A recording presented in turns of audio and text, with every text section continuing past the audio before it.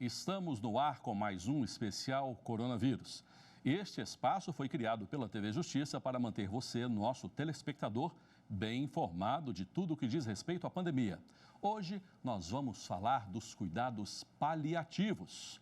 E quem atendeu ao nosso convite é a médica geriatra e escritora Ana Cláudia Quintana Arantes, que nos atende aqui via internet.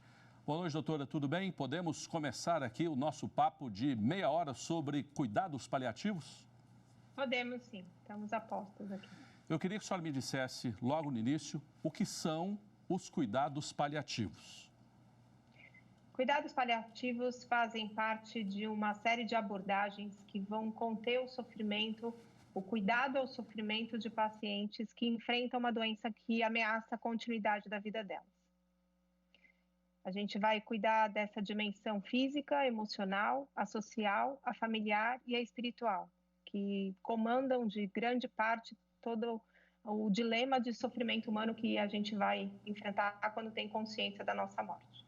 Ok, já que a senhora já disse aí o que são os cuidados paliativos, vamos ouvir o presidente da Academia Nacional de Cuidados Paliativos, André Felipe Junqueira dos Santos. Ele vai nos falar que medidas estão sendo tomadas pela academia em meio à pandemia do coronavírus. Diante do cenário da pandemia do Covid-19, a ANCP tem realizado uma série de ações, como a construção de materiais para orientar as equipes de cuidados paliativos no Brasil a manter o cuidado dos seus pacientes, orientações de tratamento de sintomas graves como falta de ar, tosse, para as equipes que lidam com pacientes com Covid-19 e principalmente liderando com outras sociedades médicas a atuação das equipes diante de um cenário bioético desafiador, a alocação de recursos em escassez e outras demandas bioéticas. Doutora, a gente ouviu aí o presidente da Academia Nacional de Cuidados Paliativos. A senhora diria que esses cuidados agora, em época de coronavírus, são mais necessários ainda? Eles, na verdade, não dá para a gente dizer que eles, em algum momento, foram desnecessários. Evidentemente, nesse momento, a demanda absoluta, né, de sofrimento em relação à morte iminente, um contexto de uma doença que é bastante grave quando acomete pessoas nessas condições de maior vulnerabilidade, é evidente a necessidade de implementação de medidas mais objetivas e de acordo com a necessidade desse momento. Então, como eu disse, necessários sempre fomos. Agora, nesse instante, é urgente a implantação de conhecimento e de atitudes que permeiam esse alívio de sofrimento, porque não tem como discutir que a condição que nós estamos vivendo agora, ela diz respeito a um grande espaço de atuação de cuidados paliativos. Doutora, a senhora é uma médica geriatra que, podemos dizer, é especialista em cuidados paliativos. Paliativo vem do latim palio, que quer dizer cobertor, né? Algo que abriga, algo que nos esquenta, que nos dá um abrigo, que nos dá um alívio. Mas a palavra paliativo normalmente é associada a algum jeitinho, a uma gambiarra até. Como é que a senhora faz para desmistificar isso? A desmistificação do cuidado paliativo, em última instância, é o trabalho que nós fazemos. Então, o trabalho que é dedicado para o alívio do sofrimento das pessoas é de tal importância, de tal complexidade, que qualquer pessoa que receba isso ou que aprenda como fazer isso, compreende que de gambiarra ou algo inconsistente, isso não tem nada. Então, respeitando a palavra, né, paliativo, é cuidado de proteção contra o sofrimento que a doença ou que o tratamento pode proporcionar no momento de uma doença tão grave. As pessoas que recebem esses cuidados paliativos, que tipo de pessoas são essas? Quando a pessoa precisa receber um cuidado paliativo? Em que momento? Quando você tem o diagnóstico de uma doença que ameaça a sua vida, existe um espaço que já nasce o sofrimento. Então, você pode ter esse diagnóstico quando você já tem sintomas físicos, você já tem um comprometimento biológico que te faz sofrer, que diminui a sua capacidade de desempenhar a sua vida numa maneira plena. Ou você pode ter esse diagnóstico por um achado de exame. E aí você começa a ter um sofrimento emocional, um sofrimento familiar, um sofrimento social decorrente do que essa doença te propõe em relação a esse cuidado. Se você vai precisar fazer um tratamento mais complicado, se você vai precisar fazer uma cirurgia, se você vai precisar ficar internado. Então, o cuidado paliativo, ele está adequado em qualquer momento do diagnóstico de uma doença que acomete, que coloca em risco a sua vida. A senhora falou aí de sofrimentos, né? Sofrimentos que são amenizados pelos cuidados paliativos. Que tipos de sofrimentos são esses? Eu gostaria de saber também se esses sofrimentos podem ser subdivididos. A gente vai ter, num primeiro momento, assim, o básico é alívio do sofrimento físico. Ninguém consegue pensar no sentido da vida se tiver com dor insuportável. Eu costumo dizer que no Brasil a gente não morre de câncer, a gente morre de dor, porque o acesso à medicação e o acesso a profissionais que saibam utilizar a medicação é muito raro no nosso país. Então, a gente está falando de dor, a gente está falando de falta de ar, de problema gastrointestinal, de tosse, de distúrbios neurológicos, principalmente que pode acometer idosos ou pessoas que têm já doenças neurológicas. Então, você vai ter o sofrimento físico, o sofrimento emocional, que diz respeito ao medo, ao sentimento de culpa, à mágoa, a todas as emoções que permeiam quando a gente entra no desespero de ter consciência da nossa morte ou de um risco de sofrimento. Você vai falar do sofrimento familiar, porque nós não adoecemos sozinhos. A nossa família adoece conosco, ela se preocupa. Provavelmente a mãe queria estar no lugar do filho para que o filho não sofra, mas não é possível isso. Ela tem que ocupar o lugar dela, da mãe que sofre pelo filho ter uma doença grave. Então, você vai cuidar também da família, você vai cuidar da dimensão social desse processo, porque quando você adoece fisicamente, você tem uma queda de desempenho em relação à sua profissão, à sua atuação na sociedade, entre os seus amigos, entre os outros familiares um pouco mais distantes. E você vai ter o sofrimento espiritual. Nós vivemos num país onde mais de 90% da população tem crença em algo sagrado. Até pode dizer que tem uma religião.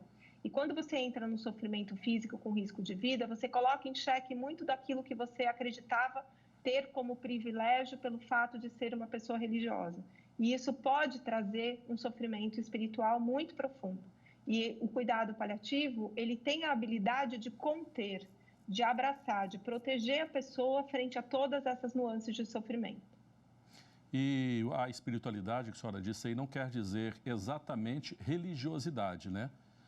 A espiritualidade pode ser trabalhada com o cuidado paliativo de uma forma que não envolva a religião. Sim, nós temos a capacidade de entender a espiritualidade de uma forma ampliada. A religião, ela é um caminho estruturado de expressão da sua espiritualidade, mas a espiritualidade pertence à consciência humana. Uma pessoa que sabe que é humano, ela se sabe alguém em busca de sentido. E quando você vai em busca de sentido, você trabalha a possibilidade de transcendência. E a transcendência está nesse universo da espiritualidade, que ele é muito mais amplo do que só o espaço da religião. O trabalho do cuidado que a senhora faz, ele é feito diariamente com cada paciente. A abordagem é diferente dependendo de cada paciente, cada um é um. Como é que a senhora faz isso? Todos os tratamentos vinculados à dimensão física, eles precisam ser avaliados mediante a percepção do doente. Então, eu não posso olhar para um exame e dizer, aqui dói muito. Eu tenho que perguntar para o doente, eu tenho que ter sinais da presença de dor leve, moderada ou intensa. Então, eu costumo fazer uma comparação que fica fácil das pessoas entenderem o quanto é individualizado. Se eu tiver uma infecção intestinal e você também tiver uma infecção intestinal, se nós temos a mesma idade, temos mais ou menos a mesma conformação física, nós vamos tomar o mesmo antibiótico. Vai vir um resultado de exame e, com base nesse resultado de exame, a gente escolhe um antibiótico e nós dois vamos ficar curados no mesmo tempo, porque um antibiótico vai ser usado por 7, 10 dias e está resolvido. Se eu for dizer a respeito da minha dor, provavelmente a minha dor vai ser muito diferente da sua. E aí a necessidade de medicação que eu vou ter é diferente da necessidade que você vai ter. Então, o médico ele não vai poder dar a mesma coisa para nós dois. Ele pode dar a mesma coisa para tratar a nossa doença. Então, isso vale, por exemplo, para o câncer também. A gente tem uma dose de medicação por metro quadrado. E aí, você vai receber a mesma dose que eu, se a gente tiver a mesma metragem. E essa mesma metragem não diz respeito à quantidade de sofrimento que eu ou você vamos ter diante do mesmo câncer.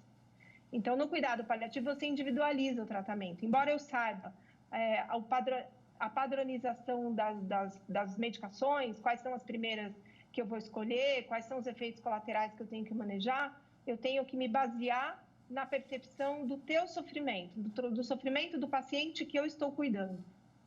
Tá bom. Eu acredito que não seja exagero, doutor, a gente afirmar que os médicos, de uma maneira geral, cuidam da doença do paciente.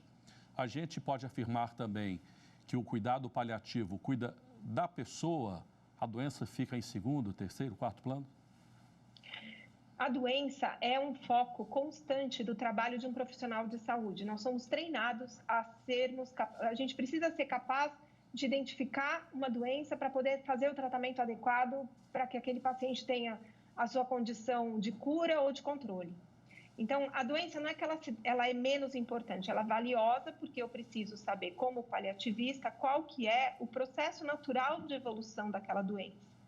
Eu não posso tratar igual todo mundo, eu tenho que saber qual que é a evolução de um câncer de pâncreas, a evolução de um câncer de pulmão, a evolução de uma demência de Alzheimer. Eu tenho que ter esse conhecimento da doença para eu poder ter a chance de proporcionar ao paciente um planejamento de cuidados, dependendo de que momento da doença que ele está. Então, eu não vou ter como foco tratar a doença, mas eu tenho que tratar a pessoa que tem aquela doença. Não sei se eu me fiz entender aqui. Não, fez sim. Tudo bem. Eu gostaria de conversar com a senhora também sobre o seu período lá de residência. Quando a senhora fez residência, a senhora já trabalhava com cuidado paliativo? E emendando uma outra pergunta também. Como os médicos, em geral, veem os cuidados paliativos? Eu escolhi fazer a especialização em geriatria. E dentro da geriatria eu tive a oportunidade de ter contato com a equipe multiprofissional. Foi o meu berço de aprendizado em aprender como que eu vou me relacionar com a psicologia, com a enfermagem, com a fisioterapia, com a terapia ocupacional, com o serviço social, para compor uma estratégia de tratamento que não é viciada só no médico, que é só o médico que tem sabedoria para tomar decisões ou de saber fazer as melhores escolhas para o paciente. Então, eu tive um aprendizado muito, muito favorecido em relação a essa interação dentro da geriatria. No final da minha residência, eu comecei a trabalhar em assistência domiciliar e dentro da assistência domiciliar eu comecei coordenando um grupo de cuidados paliativos, que foi uma criação minha e de um outro médico também, colega geriatra, e esse caminho do cuidado paliativo, então, começou em 98, oficialmente, né?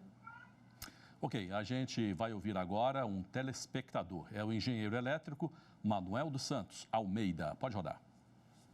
Como o atendimento de cuidados paliativos pode acrescentar na recuperação de pacientes que se encontram em leito de hospital devido à Covid-19? A recuperação faz parte do... Tá me ouvindo aí e vendo também? Tudo certinho? Ok. A senhora mexeu aí, fugiu um pouquinho do rosto da senhora, mas vamos lá. É home office, né? Nós temos um gato aqui. Então... Um gatinho. Deixa o gato para lá. A pergunta do nosso telespectador quer dizer o seguinte. O tratamento de cuidados paliativos pode recuperar o paciente? O tratamento de cuidados paliativos recupera a qualidade de vida do paciente. Por conta disso, ele pode ter a chance de encontrar até mais tempo de vida. Ele pode viver mais com cuidados paliativos. Mas a primeira coisa que ele reencontra no nosso trabalho é a possibilidade de se sentir bem dentro do corpo dele e de se sentir mais confortável e mais seguro dentro das emoções e dentro da família dele. E aí, por consequência desse bem-estar, é possível que ele possa viver mais tempo. Os pacientes atendidos por cuidados paliativos são, invariavelmente, aqueles doentes terminais? Não, é como eu fiz a definição no começo da nossa conversa. Todas as pessoas que têm um diagnóstico de uma doença que ameaça a continuidade da vida se beneficiam da intervenção de cuidados paliativos. Então, nós vamos ter uma intervenção que pode ser pontual no início do processo, ela se prolonga ao longo de todo o adoecimento e ela vai se tornar exclusiva no final da vida, dos pacientes que você comentou, né? Nos pacientes em final de vida, pacientes na terminalidade. O meu trabalho não diz respeito só a pacientes em estado final de vida, pacientes moribundos. Esse trabalho está incluído no processo deste conhecimento, dessa atuação. mas ele não é exclusivo desse espaço. Um doente terminal quer dizer que ele tem pouco tempo de vida? Assim, qual é o tempo se é essa a medida, se é o tempo realmente, qual é o tempo que a gente pode dizer doente terminal? A gente, quando fala de terminalidade, a gente não está falando de tempo. Nós estamos falando de uma condição clínica que não abre espaço para nenhuma intervenção da medicina que modifique o curso natural da história daquela doença.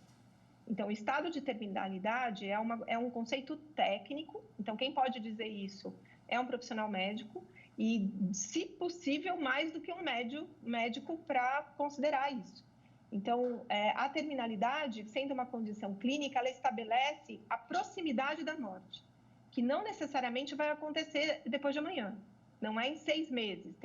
A gente tem um vício de entendimento de que paciente terminal é 6 meses por conta de uma história americana de um benefício do Medicare, que é o aspecto lá do suporte à saúde que existe nos Estados Unidos, e que todos os pacientes têm direito ao benefício hospice, que é o benefício da terminalidade.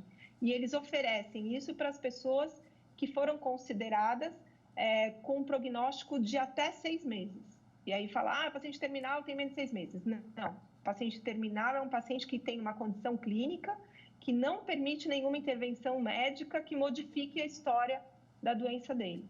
Então, ele pode ter 1 dia, 2, 1 semana, 6 meses, 5 anos. No Brasil, nós temos a Academia Nacional, né, de Cuidados Paliativos, como nós mostramos aqui, a entrevista ou o levantamento aí, do presidente da academia.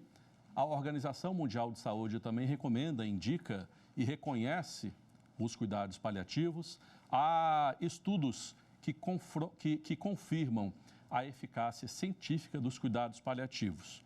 Qual é a extensão dos cuidados paliativos nos hospitais, de um modo geral, e especificamente nos hospitais públicos?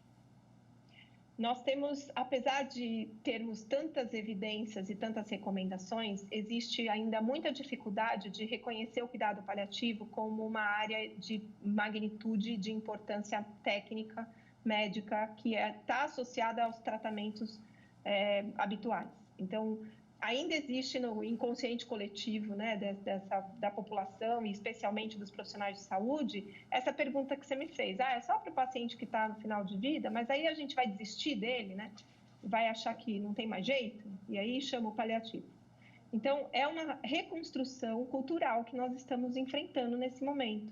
E aqui no Brasil é algo que não tem tanto tempo assim. Então, dentro da expectativa que nós teríamos de acesso a cuidados paliativos, nós estamos ainda num espaço muito, muito modesto.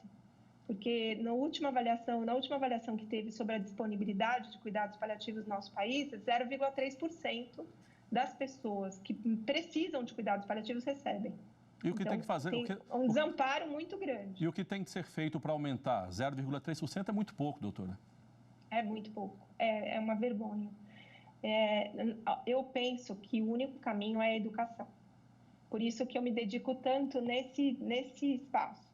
Então, eu me dedico à formação de profissionais de saúde, de cuidado paliativo. Eu me dedico à escrita acessível para toda a população. Foram os 2 livros que eu lancei, né? A Morte é um Dia que Vale a Pena Viver e o Histórias Lindas de Morrer, que traz para as pessoas do mundo, né? Não necessariamente só profissionais de saúde, mas todos os mortais, a possibilidade de pensar sobre isso, de conversar sobre esse assunto. Então, conversar sobre a morte não acelera o seu tempo de morte. Conversar sobre a morte acelera a sua capacidade de ser feliz, porque quando você pensa na sua morte, você revisita todas as suas decisões e você vai realmente trazer importância para aquilo que é importante. E aí, trabalhando nessas 2 frentes, né, na parte da sustentação da sociedade em relação a esse tema e trabalhando na formação dos profissionais de saúde, eu consigo construir uma história de assistência mais digna. Então, essa assistência é o objetivo final da atuação de todos nós, como profissionais de saúde. Então, a gente trabalha na educação para que o paciente possa ser bem visto, bem cuidado e todo o seu processo de adoecimento e de sofrimento seja bem amparado. Doutora, a gente pode afirmar com certeza que um cuidado paliativo bem aplicado, ele faz com que a pessoa doente de uma doença grave, ele tenha uma qualidade de vida melhor, ele viva melhor e até aquela pessoa que está a alguns dias da morte, esses dias possam ser vividos com mais qualidade, com mais vigor? A gente pode afirmar isso? Podemos. Quando você tem a possibilidade do acesso a cuidados paliativos, você vai se sentir melhor dentro do seu corpo adoecido, porque você não deixa de ser quem você é só pelo fato de você ter uma doença grave. A doença, ela não cobre toda a sua história, ela está num pedaço da história. E nesse pedaço da história, se ela for cuidada no sentido do conforto, e não é conforto que a gente vai sedar o paciente, vai tirar a consciência dele, a gente vai dar conforto dele ficar sem dor, dele poder fazer tudo que está ao alcance da condição física, da condição social que ele possa ter acesso. Então, não existe medida para a gente dizer não tem nada para fazer. Sempre tem alguma coisa para fazer. Se você me chamar com um paciente para falecer daqui 15 minutos, eu sei o que fazer nesses 15 minutos. Então, é importante que se tenha espaço para mais de 15 minutos, porque quando você tem mais do que 15 minutos, mais do que meia hora, você pode mudar a vida das pessoas que vão ficar. E mudar a vida das pessoas que vão sobreviver à sua morte é algo muito valioso, isso se chama legado. E legado não é herança, legado é modo de viver. E a gente não pode ensinar ninguém a viver bem se a gente estiver sofrendo muito. A senhora deve ter inúmeras histórias comoventes, histórias que marcaram a senhora como pessoa e como médica também. A senhora consegue se lembrar de alguma que mereça ser contada, que possa ser contada agora, para a gente idealizar, ver realmente como funciona e de que forma os cuidados paliativos podem mudar a vida da pessoa? Eu tenho, como você falou, são incontáveis, né? Então, é difícil a gente fazer a escolha de uma, mas eu penso que uma para esse momento talvez faça muito sentido. Na verdade, duas que eu pensei aqui, mas eu vou contar uma só porque a gente tem pouco tempo. Vamos lá. Eu cuidei de uma senhora que tinha 9 filhos e ela tinha uma doença pulmonar muito avançada. Ela tinha muito medo de morrer. Ela expressava isso com frequência. E aí, ao longo de todo o tempo que nós cuidamos dela no hospice, né, na unidade de cuidados paliativos do Hospital das Clínicas, nós tivemos a oportunidade de acolher cada um dos filhos e trazer para essa mulher a consciência do quanto ela era amada. Então, de falar a verdade para ela com compaixão, com honestidade, mas trazendo a verdade na medida que ela considerava possível de compreender, de aceitar, e a atuação junto dos filhos. Um dia, eu sonhei com ela. Eu tive um sonho, cheguei lá no hospital e estava querendo muito encontrar com ela e disse, eu sonhei com você essa noite, né? Foi um sonho tão gostoso. E aí ela disse, nossa, doutora, mais uma médica sonhar comigo, eu não mereço isso. Aí eu falei, por que você não merece? Ela falou assim, porque eu acho que eu não sou digna disso. Eu falei, mas você não fala sempre que Deus é justo? Aí ela me respondeu, Deus é justo, sim, doutora Ana, mas ele acertou mais na justiça, na chuva e na morte. Aí eu falei, por quê? Puxei a cadeira, assim, me conta essa parte. Ela disse, na chuva, porque quando chove, a chuva não escolhe que campo ela vai molhar, ela molha todos os campos. O canteiro, o quintal, o latifúndio, a fazenda, o sítio, a cidade, o asfalto. Quando chove, chove em todo lugar. E na morte também. A morte chega para todo mundo. Emocionante mesmo. Chegou a hora de mais um vídeo enviado por telespectadores. Dessa vez, a advogada Rosimeire Barreto. Existem cuidados paliativos em hospitais públicos, UPAs e postos de saúde? Eu emendo essa pergunta dela, doutora, a uma que eu estou aqui para fazer, que é o seguinte: as pessoas que são diagnosticadas com a Covid-19 ficam isoladas. E essas pessoas isoladas podem e devem receber os cuidados paliativos?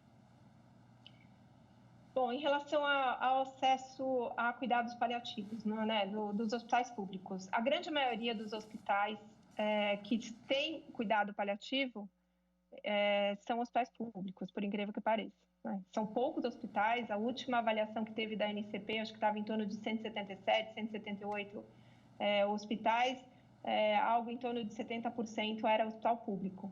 O problema é que a grande maioria desses serviços está meio no perímetro da Avenida Paulista, em São Paulo. Então, está mal distribuído, ainda é pouco e mal distribuído, mas tem acesso ao cuidado paliativo a nível público, sim.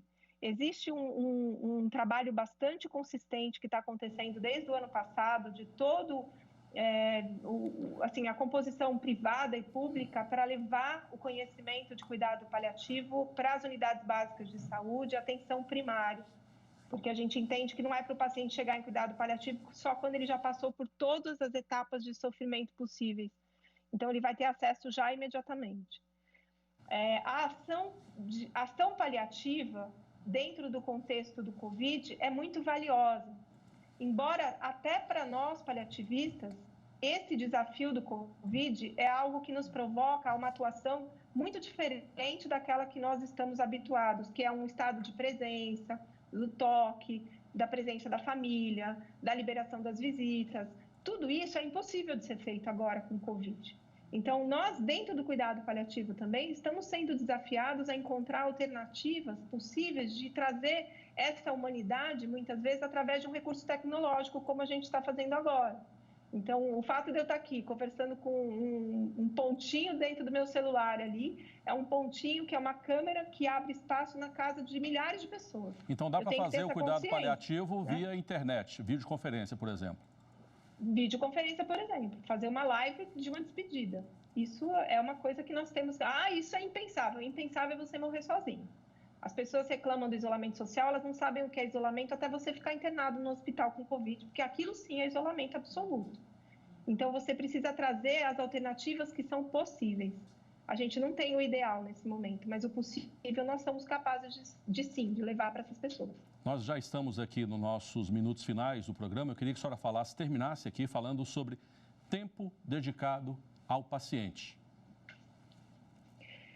Tem muitas pessoas que têm dificuldade de compreender a importância do tempo. E você não pode desperdiçar o tempo reclamando que você tem pouco tempo. Eu concordo que o ideal seria que tivéssemos um tempo absolutamente disponível para todas as pessoas que nos procuram, mas muitas vezes nós não temos. E a gente fica... Então, é como se eu costumo dizer isso, nós tivemos meia hora de conversa, se eu passasse 15 minutos dizendo, nossa, se eu tivesse mais tempo, eu falaria mais sobre isso, se eu tivesse mais tempo, eu falaria mais sobre aquilo. Eu teria perdido metade do tempo. Então, o tempo junto do paciente é um tempo que vai ser valorizado pelo seu estado de presença. Se eu estou com você, eu estou com você durante 5 minutos, você é tudo para mim durante 5 minutos. E esse tudo nesses 5 minutos é inesquecível. Para a experiência do paciente, o estado de presença do profissional de saúde é tudo. Então, pode ser uma hora, que ideal que fosse, se a gente tivesse uma hora. Mas se a gente tiver 5 minutos, que sejam os 5 minutos mais inesquecíveis dessas pessoas que a gente cuida. E muitas vezes é muito trabalhoso para nós estarmos presentes, exatamente nesse momento onde o cansaço é uma coisa absurda no dia a dia das pessoas. Ontem eu estava conversando com uma colega que estava acordada há 43 horas. O que é tempo para ela é algo que já passou da expectativa da consciência, porque a sobrecarga é muito grande. Então, é preciso que esses profissionais tenham acesso a minimamente à condição de proteção, a de descanso, a de segurança, a de alimentação, para que se ele tiver 5 minutos com o paciente, que ele possa estar ali sem estar arrependido de ter feito essa escolha de ser profissional de saúde. Muito obrigado pela entrevista aqui no nosso Espaço Coronavírus, a TV Justiça. Agradece a senhora. Muito obrigado, viu? Um abraço. Obrigada pelo trabalho de você. Até a próxima. Eu agradeço também a você que está nos assistindo agora aqui pela TV Justiça e você já sabe, o Espaço Coronavírus vai no ar de segunda a sexta, sempre depois do Jornal da Justiça, primeira edição, e depois do Jornal da Justiça, segunda edição. Você continue com a gente e assista ao nosso especial Coronavírus e a qualquer outro programa da TV Justiça pelo nosso canal no YouTube, TV Justiça Oficial. Abraço.